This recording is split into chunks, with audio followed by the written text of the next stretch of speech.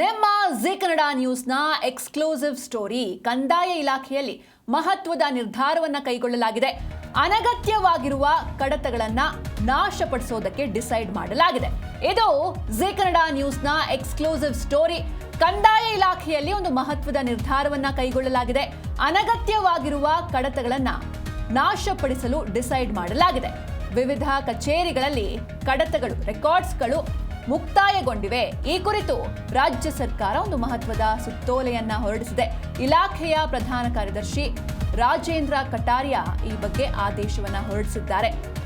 ಅವಧಿ ಮುಗಿದಿರುವಂತಹ ದಾಖಲೆಗಳು, ಡಾಕ್ಯುಮೆಂಟ್ಸ್ ಆಗಿರ್ಬೋದು, ರೆಕಾರ್ಡ್ ಬುಕ್ಸ್ ಆಗಿರ್ಬೋದು, ಅದನ್ನ ವಿಲೇವಾರಿ ಮಾಡಿಲ್ಲ. ಹೀಗಾಗಿ ಕಚೇರಿಗಳಲ್ಲಿ ಸ್ಥಳಾವಕಾಶದ ಅಭಾವ ಹೆಚ್ಚಾಗಿದೆ. ಈ ಕಾರಣಕ್ಕೆ ಈ ಸಮಸ್ಯೆಯನ್ನ ಸಾಲ್ವ್ ಮಾಡೋದಕ್ಕೆ ಕಂದಾಯ ಇಲಾಖೆ ಒಂದು ಮಹತ್ವದ ನಿರ್ಧಾರವನ್ನ ಕೈಗೊಂಡಿದೆ. ವಿವಿಧ ಕಚೇರಿಗಳಲ್ಲಿ ಮುಕ್ತಾಯಗೊಂಡಿರುವ ಮತ್ತು ಅನಗತ್ಯವಾಗಿರುವ ಕಡತ ಹಾಗೂ ದಾಖಲೆಗಳನ್ನು ವ್ಯವಸ್ಥಿತವಾಗಿ ನಾಶಪಡಿಸಲು ಡಿಸೈಡ್ ಮಾಡಲಾಗಿದೆ. ಈ ಕುರಿತು ಕರ್ನಾಟಕ ಸರ್ಕಾರ ಒಂದು ಮಹತ್ವದ ಸುತ್ತೋಲೆಯನ್ನು ಹೊರಡಿಸಿದೆ. ಕಂದಾಯ ಇಲಾಖೆಯ ಪ್ರಧಾನ ಕಾರ್ಯದರ್ಶಿ ರಾಜೇಂದ್ರ ಕಟಾರಿಯಾ ಈ ಬಗ್ಗೆ ಆದೇಶವನ್ನು ನೀಡಿದ್ದಾರೆ. ನಿಗದಿತ ಅವಧಿ ಮುಗಿದಿದ್ರೂ ದಾಖಲೆಗಳನ್ನು ವಿಲೇವಾರಿ ಮಾಡದ ಕಾರಣ ಆಫೀಸ್ಗಳಲ್ಲಿ ಅಥವಾ ಕಚೇರಿಗಳಲ್ಲಿ ಸ್ಥಳಾವಕಾಶದ ಅಭಾವ ಹೆಚ್ಚಾಗ್ತಾ ಇದೆ. ಹೀಗಾಗಿ ಇದನ್ನ ಬಗೆಹರಿಸಲು ಕಂದಾಯ ಇಲಾಖೆಯ ಅಪರ ಮುಖ್ಯ ಕಾರ್ಯದರ್ಶಿ ರಾಜೇಂದ್ರ ಕುಮಾರ್ ಕಟಾರಿಯಾ ಅವರು ಒಂದು ಕಟ್ಟುನಿಟ್ಟಿನ ಮಾರ್ಗಸೂಚಿಯನ್ನ ಪ್ರಕಟಿಸಲು ಸೂಚನೆಯನ್ನ ನೀಡಿದ್ದಾರೆ. ಪ್ರಸ್ತುತ ಕಂದಾಯ ದಾಖಲೆಗಳ ಗಣಕೀಕರಣಕ್ಕಾಗಿ ಜಾರಿಯಲ್ಲಿರುವ ಭೂ ಸುರಕ್ಷಾ ಯೋಜನೆ ಈ ತಂತ್ರಾಂಶವನ್ನ ಇದಕ್ಕಾಗಿ ಯೂಸ್ ಮಾಡ್ತಾರೆ. ಎ ಮತ್ತು ಬಿ ವರ್ಗದ ಪ್ರಮುಖ ದಾಖಲೆಗಳನ್ನು ಸ್ಕ್ಯಾನಿಂಗ್ ಮಾಡಿ ಡಿಜಿಟಲೈಸ್ ಮಾಡಲಾಗ್ತಾ ಇದೆ. ಈ ಬಗ್ಗೆ ಹೆಚ್ಚಿನ ಮಾಹಿತಿಯನ್ನು ನೀಡ್ತಾರೆ ನಮ್ಮ ಪ್ರತಿನಿಧಿ ಪ್ರಸನ್ನ ದೇವನೂರು. ಪ್ರಸನ್ನ, ಕಂದಾಯ ಇಲಾಖೆ ಕಡೆಯಿಂದ ಯೂಸ್ ಇಲ್ದಲೇ ಇರುವಂತಹ ಹಳೆಯ ರೆಕಾರ್ಡ್ಸ್ಗಳನ್ನು ನಾಶಪಡಿಸೋಕೆ ಡಿಸೈಡ್ ಮಾಡಿದ್ದಾರೆ. ಬಟ್ ಇದನ್ನ ತುಂಬಾ ಎಚ್ಚರಿಕೆಯಿಂದ ಮಾಡಬೇಕಾಗುತ್ತೆ. ಸೊ ಯಾವ ರೀತಿ ನಡೆಯುತ್ತೆ ಈ ಪ್ರೋಸೆಸ್ ಎಲ್ಲ?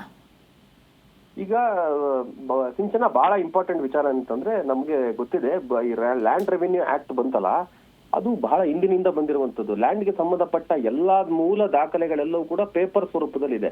ಈ ದಾಖಲೆಗಳನ್ನ ಒಂದು ಜಾಗದಲ್ಲಿ ಇಟ್ಕೋಬೇಕಾಗ್ತದೆ. ಸಂಗ್ರಹ ಮಾಡ್ಕೊಳ್ಳೋದು ಬಹಳ ಒಂದು ಚಾಲೆಂಜಿಂಗ್ ಜಾಬ್. ಈ ಹಿನ್ನೆಲೆಯಲ್ಲಿ ಹಲವು ದಾಖಲೆಗಳು ಈಗಾಗಲೇ ಬಹಳಷ್ಟು ಹಾಳಾಗುವ ಪರಿಸ್ಥಿತಿಯಲ್ಲಿ ಇರುವಂತಹ ಈ ದಾಖಲೆಗಳನ್ನೆಲ್ಲ ಈಗ ಡಿಜಿಟಲೈಸೇಷನ್ ಮಾಡುವಂತ ಕೆಲಸವನ್ನ ಕಂದಾಯ ಇಲಾಖೆಯಲ್ಲಿ ಪ್ರಧಾನ ಕಾರ್ಯದರ್ಶಿ ಆಗಿರುವಂತಹ ರಾಜೇಂದ್ರ ಕಟಾರಿಯಾ ಅವರು ಬಹಳ ಒಳ್ಳೆಯ ಒಂದು ಕೆಲಸವನ್ನ ಮಾಡಿದ್ರು. ಭೂ ಸುರಕ್ಷಾ ಯೋಜನೆಯನ್ನು ಜಾರಿಗೆ ತಂದು ಎಲ್ಲ ಒಂದು ಡಿಜಿಟಲ್ ಮಾಡುವಂತದ್ದು, ಅಂದ್ರೆ ಎಲ್ಲಾ ಕಂದಾಯದ ದಾಖಲೆಗಳನ್ನ ಡಿಜಿಟಲ್ ಸ್ವರೂಪದಲ್ಲಿ ಹಾಕುವಂಥದ್ದು, ಡಿಜಿಟಲ್ ಸ್ವರೂಪಕ್ಕೆ ಮಾಡುವಂಥದ್ದು, ಕನ್ವರ್ಟ್ ಮಾಡಿ ಸೇಫ್ ಆಗಿ ಇಡುವಂಥದ್ದು ಅಂತ ಕೆಲಸವನ್ನ ಈಗ ಬಹಳ ಪ್ರಮುಖವಾಗಿ ಮಾಡಿರುವಂತದ್ದು.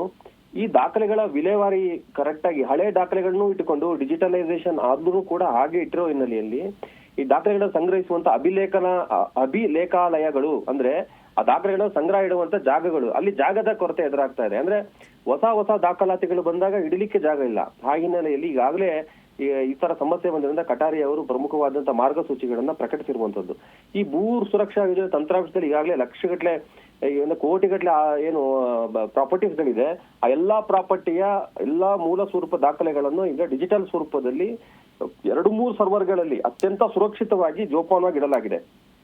ಆ ಹಿನ್ನೆಲೆಯಲ್ಲಿ ಈಗ ಅನಗತ್ಯ, ಅಂದ್ರೆ ಅಲ್ಲಿ ಆಲ್ರೆಡಿ ಮೂಲ ಸ್ವರೂಪದ ದಾಖಲೆಗಳು ಸ್ಕ್ಯಾನ್ ಆಗಿ ಇಟ್ಟಿರೋ ಹಿನ್ನೆಲೆಯಲ್ಲಿ, ಸ್ಕ್ಯಾನ್ ಸ್ವರೂಪ ಡಿಜಿಟಲ್ ರೂಪದಲ್ಲಿರೋ ಹಿನ್ನೆಲೆಯಲ್ಲಿ ಸಿ, ಡಿ ಮತ್ತು ಇ ವರ್ಗದ ದಾಖಲೆಗಳನ್ನ ಈಗ ಗುರುತಿಸ್ಬಿಟ್ಟು ಈಗಾಗಲೇ ನಾವು ಡಿಜಿಟಲೈಸೇಷನ್ ಕಂಪ್ಲೀಟ್ ಆಗಿರೋ ಹಿನ್ನೆಲೆಯಲ್ಲಿ ಇವ ಮೂಲ ಪ್ರತಿಗಳು ಏನಿದ್ದು ಅವಾಗಲೇ ಏನು ಜಾಗ ಇಲ್ಲ ಅವು ಇಡ್ಲಿಕ್ಕೆ, ಅವನ್ನ ನಾಶ ಮಾಡ್ಲಿಕ್ಕೆ ಈಗ ಮೊದಲ ಹಂತದಲ್ಲಿ ಆದೇಶವನ್ನ ಮಾಡಿರುವಂತದ್ದು.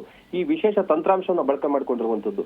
ಯಾವುದೇ ಲೋಪ ದೋಷ ಆಗದಂತೆ ಪ್ರತಿ ಒಂದು ಜಿಲ್ಲೆನಲ್ಲೂ ಒಂದು ವಿಶೇಷವಾಗಿ ಇದನ್ನ ಜಾರಿಗೊಳಿಸಬೇಕು. ಇದರಲ್ಲಿ ಮುಖ್ಯವಾಗಿ ಏನಪ್ಪಾ ಅಂದ್ರೆ, ನ್ಯಾಯಾಲಯದ ಪ್ರಕರಣಗಳು ಮತ್ತು ಆಡಿಟ್, ಮಾಹಿತಿ ಹಕ್ಕು ಕಾಯ್ದೆಯ ವ್ಯಾಪ್ತಿಗೆ ಒಳಪಟ್ಟಿಲ್ಲ ಎಂಬುದನ್ನ ಖಚಿತಪಡಿಸಿಕೊಂಡ ನಂತರವೇ ಈ ಒಂದು ತಂತ್ರಾಂಶದ ಅಡಿನಲ್ಲಿ ಏನು ನೋಡ್ಕೊಂಡ ನಂತರ ಶಿರಸ್ತೇದಾರ ಯಾರಿದ್ದಾರೆ ಅವರು ಭೌತಿಕ ಪರಿಶೀಲನೆ, ಅಂದ್ರೆ ಫಿಸಿಕಲ್ ಅವರೇ ಹೋಗಿ ಎಲ್ಲಾ ಚೆಕ್ ಮಾಡಿ ಡಿಜಿಟಲ್ ಸ್ವರೂಪದಲ್ಲಿ ಇದೆಯಾ ದಾಖಲೆ, ಅವೆರಡನ್ನೂ ಚೆಕ್ ಮಾಡಿದ ನಂತರ ಈ ದಾಖಲೆಗಳನ್ನ, ಹಳೆಯ ದಾಖಲೆಗಳನ್ನ ನಾಶ ಮಾಡುವ ಕೆಲಸವನ್ನ ಮಾಡ್ಬೇಕಾಗ್ತದೆ. ಇದಕ್ಕೆ ಜಿಲ್ಲಾಧಿಕಾರಿ ಕಚೇರಿ, ಅಪರ ಜಿಲ್ಲಾಧಿಕಾರಿ ಕಚೇರಿ, ಯಾರು ಜಿಲ್ಲಾಧಿಕಾರಿಗಳು, DC, ADC ಇವರೆಲ್ಲ ಇದಾರಲ್ಲ, ಇವರೆಲ್ಲವರು ನೋಡ್ಬೇಕು. ಮುಖ್ಯವಾಗಿ ಈ ಯಂತ್ರಗಳಿದಾವಲ್ಲ, ಒಂದು ಛೇದಕ ಯಂತ್ರ, ಅಂದ್ರೆ ಸಣ್ಣ ಪೀಸ್ ಆಗಿ ಆ ದಾಖಲೆಗಳನ್ನ ಪೀಸ್ ಮಾಡ್ತದೆ ಅಲ್ಲ, ಅಂತ ಒಂದು ಯಂತ್ರವನ್ನ ಬಳಸೇ ನಾಶ ಮಾಡಬೇಕು.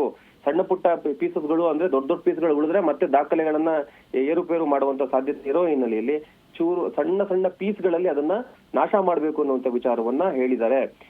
ಇದನ್ನ ಬಹಳ ಹುಷಾರಾಗಿ ಮಾಡಬೇಕು. ಮತ್ತೆ ಪ್ರತಿ ವರ್ಷ ಇದೊಂದು ಪ್ರತಿ ವರ್ಷದ ಆರ್ಥಿಕ ವರ್ಷದ ಆರಂಭದಲ್ಲಿ ಏನು ಒಂದು ತಿಂಗಳ ಒಳಗಾಗಿ ಎಲ್ಲಾ ಕಚೇರಿಗಳಲ್ಲಿ ತಮ್ಮ ವ್ಯಾಪ್ತಿ ಈ ವರ್ಗದ ಅನಗತ್ಯ ದಾಖಲೆಗಳೇನಿದಾವಲ್ಲ ಅವುಗಳನ್ನ ನಿಯಮಾವಳಿಯಂತೆ ಕಡ್ಡಾಯವಾಗಿ ನಾಶಪಡಿಸಬೇಕು ಅಂತ. ಅಂದ್ರೆ ಮುಂದೆ ಕೂಡ ಮತ್ತೆ ಇದು ಸ್ಟೋರೇಜ್ ಉಳಿಯುವಂತ ಪ್ರಾಬ್ಲಮ್ ಬರಬಾರ್ದು ಅಂತ. ಆ ನಂತರದಲ್ಲಿ ಈಗ ಏನು ಸಿ ಮತ್ತು ಡಿ ಏನು ಇದೆಯಲ್ಲ ಆ ನಂತರದ ವರ್ಗದಲ್ಲಿ ಎ ಮತ್ತು ಬಿ ಅಂತ ಕಡತಗಳು ಬರ್ತವೆ. ಆ ಕಡತಗಳನ್ನ ಡಿಜಿಟಲೈಸೇಷನ್ ಕಂಪ್ಲೀಷನ್ ಆದ್ಮೇಲೆ ಅವನು ಕೂಡ ಹಂತ ಹಂತವಾಗಿ ನಾಶ ಮಾಡುವ ಕೆಲಸವನ್ನ ಮಾಡ್ತಾರೆ. ಎಲ್ಲವನ್ನು ಭೌತಿಕವಾಗಿ ಚೆಕ್ ಆದ ನಂತರವೇ ಒಂದು ಸಂಪೂರ್ಣವಾಗಿ ನಾಶ ಮಾಡುವ ಕೆಲಸವನ್ನ ಮಾಡ್ತಾ ಇದ್ದಾರೆ. ಹೀಗಾಗಿ ಕಂದಾಯ ಇಲಾಖೆ ಎಲ್ಲಾ ದಾಖಲೆಗಳು ಡಿಜಿಟಲ್ ಸ್ವರೂಪದಲ್ಲಿ ಒಂದು ಡಿಜಿಟಲ್ ಸ್ವರೂಪದಲ್ಲಿ ಸುರಕ್ಷಾ ಒಂದು ಭೂ ಸುರಕ್ಷಾ ಅಡಿನಲ್ಲಿ ಸೇವ್ ಆಗಿರೋ ಹಿನ್ನೆಲೆಯಲ್ಲಿ ಅದನ್ನ ಯಾವುದೇ ಸಮಸ್ಯೆ ಇಲ್ಲದಂತೆ ಇದನ್ನ ಜಾರಿಗೆ ತರಲಿಕ್ಕೆ ರಾಜೇಂದ್ರ ಕಟಾರಿ ಅವರು ಮುಂದಾಗಿರುವಂತದ್ದು ಇದೊಂದು ಒಳ್ಳೆ ಕೆಲಸ ಕೂಡ ಸಿಂಚನ. ಓಕೆ, ಥ್ಯಾಂಕ್ ಯು ಪ್ರಸನ್ನ ನಿಮ್ಮೆಲ್ಲ ಡೀಟೇಲ್ಸ್ಗಾಗಿ.